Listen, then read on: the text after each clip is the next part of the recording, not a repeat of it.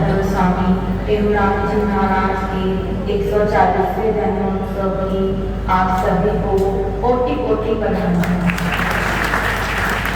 साईं जी ने 16 शिक्षाओं में लिखा है, और का उपकार कर तुम छोड़ स्वागत अपना, लोक बंधर लोक में कब होए तुमको पापना। तुलसीदास जी ने भी लिखा है कि पर सरस धर्म नहीं भाई, अर्थात परोपकार से बड़ा दुनिया में कोई धर्म नहीं है। आज जैसे ही एक भक्त की कथा हम आपके सामने प्रस्तुत कर रहे हैं, जिसने दुखी प्रजा की भलाई के लिए अपने प्राण भी दांव पर लगा दिए। ये प्रसंग है महाराष्ट्र के बीदर प्रांत के एक जिले मंगलवेढ़ा में रहने वाले दामाद जी पंत की, जो कि भगवान विठलनाथ के भक्त थे। क्या बात है स्वामी, आप इतने दुखी और विचलित क्यों दिखाई दे रहे हैं?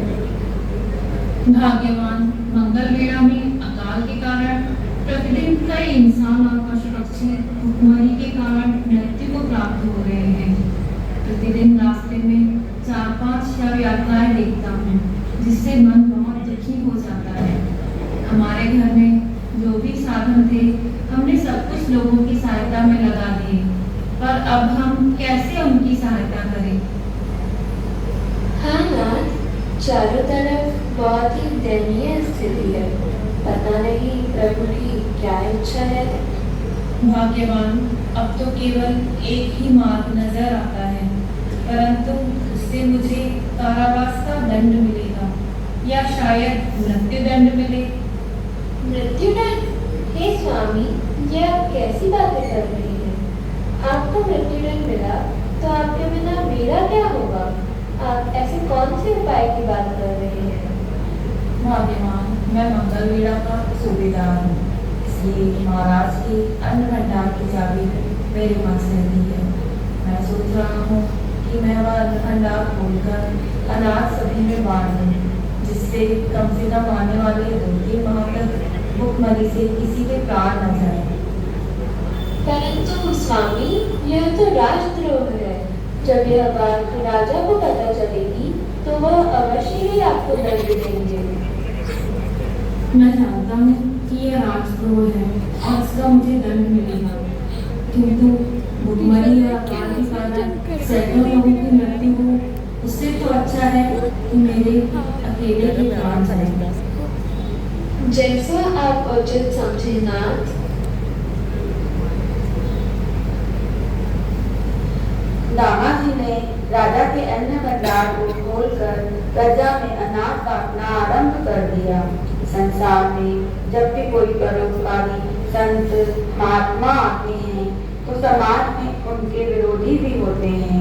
जिस प्रकार सद्गुरु स्वामी टेहूराम जी महाराज को कई बार समाज और पंचायत का विरोध सहना पड़ा, उसी प्रकार दामाद जी पंत को भी कुछ लोग नापसंद करते थे और उन्होंने यह खबर राजा तक पहुंचा दी। ये दामाजी तो महाराज के अन्न भंडार का सारा अनाज प्रजा में बांट रहे हैं। यही अच्छा अवसर है। यदि मैं महाराज से इसकी शिकायत कर दूं, तो महाराज दामाजी को उनके पद से हटाकर दंड देंगे और मुझे सूबेदार बना देंगे। मैं अभी महाराज को पत्र लिखकर भेजता हूँ। नायब सूबेदार का पत्र राजा को प्राप्त हुआ। महाराज, मंगलवेढ़ा से नायब सूबेदार का पत्र आया है। इसमें लिखा है कि सूबेदार दामाजी पंत अपनी खेती के लिए सरकारी अन्न भंडार का अनाज प्रजा में बता रहे हैं। उस सूबेदार की इतनी मजाल! सेनापति, अभी के अभी आप सैनिक को लेकर जाइए और दामाजी पंत को यहाँ लेकर आइए। हम उसे मृत्यु दंड देंगे। जो आज्ञा महाराज। महाराज की आज्ञा पाकर सेनापति दामाजी पंत को बंदी बनाने मंगलवेढ़ा गांव में दामाजी के घर पहुंचे। दामाजी, ओ दामाजी, बाहर आइए। कहाँ छिपे हैं आप? सेनापति जी, अधीर होने की आवश्यकता नहीं है। मेरे स्वामी अभी पांडुरंग की पूजा में व्यस्त हैं। जब उनका नियम कर्म पूरा होगा तब वे स्वयं ही बाहर आ जाएंगे। क्या हुआ भाग्यवान, कौन आया है द्वार पर? सूबेदार जी, हम आपको बंदी बनाकर ले जाने आए हैं। चलिए हमारे साथ। भाग्यवान, चिंता करने की कोई आवश्यकता नहीं है। एक न एक दिन तो यह होना ही था। हमने केवल अपने कर्तव्य का पालन किया है। और हाँ, हमारे इस कार्य से राजा क्रोधित हुए हैं तो क्या हुआ, भगवान पांडुरंग तो इस कार्य से प्रसन्न होंगे। नाथ, भगवान पंडरीनाथ जो भी करते हैं उसमें हमारा हित ही होता है।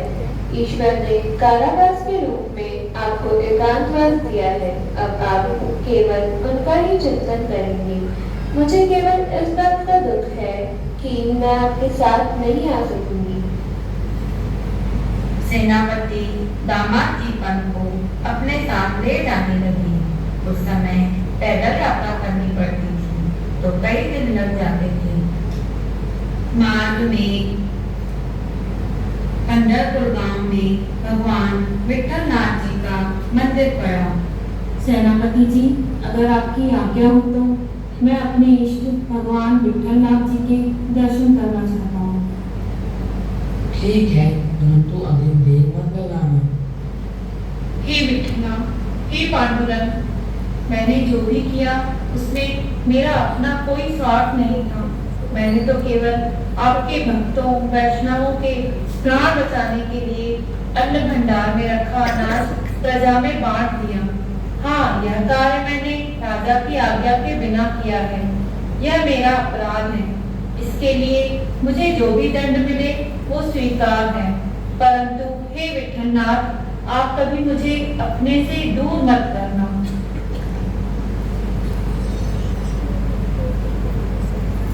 प्रबल प्रेम के पाले पड़कर हरि को नियम बदलते देखा। अपना मान टले टल जाए, भक्त का मान न टलते देखा।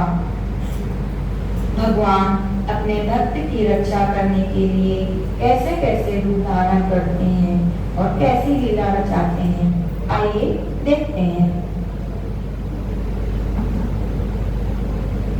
अरे बालक, तुम कौन हो? अपना परिचय दो। वैसे तो मेरा नाम विठोबा है, परंतु सभी प्यार से मुझे विट्ठू बुलाते हैं। वाह, क्या सुंदर नाम है विठोबा। जैसा तुम्हारा सलोना रूप है वैसा ही तुम्हारा नाम भी है। परंतु तुम यहाँ क्यों आए हो? भला बताओ, हमसे क्या काम है? महाराज, मैं उत्तर बेड़ा के सूबेदार दामाजी पंत का सेवक हूँ। आपकी प्रिय प्रजा के प्राण बचाने के लिए मेरे स्वामी ने अन्न भंडार का अनाज प्रजा में बांट दिया था। मैं यहाँ उसी अनाज का मूल्य चुकाने आया। तुम जानते भी हो कि तुम्हारे स्वामी ने जितना अनाज बांटा है उसकी भरपाई कोई बड़ा सेठ भी नहीं कर सकता, और तुम कहते हो कि तुम धन चुका दोगे। लाओ, कहाँ है इतना धन? इस पोटली में। इस छोटी सी पोटली में? लाओ जरा देखें। जब बिट्ठू ने पोटली पलटाई तो धन का ढेर बन गया। अरे ये कैसी चमत्कारी पोटली है तुम्हारी? ये पोटली भी मेरे स्वामी की है। अब तो आपके अनाज का मूल्य आपको मिल गया ना। अब आप मुझे एक पत्र लिख कर दें कि मेरे स्वामी दामाजी पंत ने आपके अनाज का मूल्य चुका दिया है। अब उन्हें मृत्युदंड न दिया जाए। दीवान जी, आप जाकर सेनापति को सूचना दे कि दामाजी पंत को मुक्त कर दिया जाए। दामाद जी पंत का नियम था कि वो प्रतिदिन श्रीमद् भगवत गीता का पाठ करते थे। एक दिन जब उन्होंने पाठ करने के लिए गीता खोली तो उसमें से राजा का पत्र निकला। ये पत्र कैसा? अरे ये तो राजपत्र है, इस पर राजा के हस्ताक्षर हैं। इसमें तो लिखा है कि मुझे मुक्त कर दिया जाए, पर ये कैसे हो सकता है? इस पर कौन विश्वास करेगा? सेनापति जी, दामाद जी पंत को मुक्त कर दीजिए। इनके सेवक ने महाराज के पास जाकर अन्न का मूल चुका दिया है। हे विठलनाथ, ये अवश्य ही आपका कोई चमत्कार है। आपके अलावा ये और कोई नहीं कर सकता। आज के युग में कौन अपना इतना धन देकर मेरी सहायता करेगा? हाँ, ये अवश्य आपने ही किया है। मुझे शीघ्र ही पंढरपुर जाकर विठलनाथ जी के दर्शन करने होंगे। दामाद जी पंत पंढरपुर पहुंचे और उधर राजा भी व्याकुल होकर विट्ठू से मिलने पंढरपुर जा पहुंचे और भगवान ने उनको उनकी भावना के अनुसार ही दर्शन दिए। जाकी रही भावना जैसी, प्रभु मूरत देखी तिन तैसी। दामा जी, मुझे अपने सेवक बिट्टू से मिलवाइए। कौन बिट्टू महाराज? मेरा तो कोई सेवक नहीं है। अरे भाई बिट्टू, तुम्हारा सेवक जो तुम्हारा धन चुकाने मेरे पास आया था, वो सांवला सांवला सा था, हाथ में लकड़ी लिए हुआ था, धोती पहना हुआ था। कहाँ है वो बिट्टू? हे विठलनाथ, ये कैसी लीला है आपकी? आपने मुझ अभागे के लिए इतना कष्ट उठाया। आपने स्वयं मेरे सेवक का रूप बनाकर मेरा कर्ज चुकाया। महाराज, आप धन्य हैं। तीनों लोगों के स्वामी विठलनाथ ने आपको बालक बिट्टू के रूप में दर्शन दिए हैं। दामा जी, आप धन्य हैं, आप महान हैं। आपके कारण मुझे भी भगवान के दर्शन हुए हैं। हे मां, अब मुझे पुनः उस बिट्टू से मिलाइए, वरना मेरे प्राण निकल जाएंगे। हे विठलनाथ, हमें दर्शन दीजिए, कृपा कीजिए प्रभु, हम पर कृपा कीजिए। दामाद जी पंत को भगवान विठलनाथ के रूप में ईश्वर के दर्शन हुए। राजा को बालक बिट्टू के रूप में ईश्वर ने पुनः दर्शन दिए।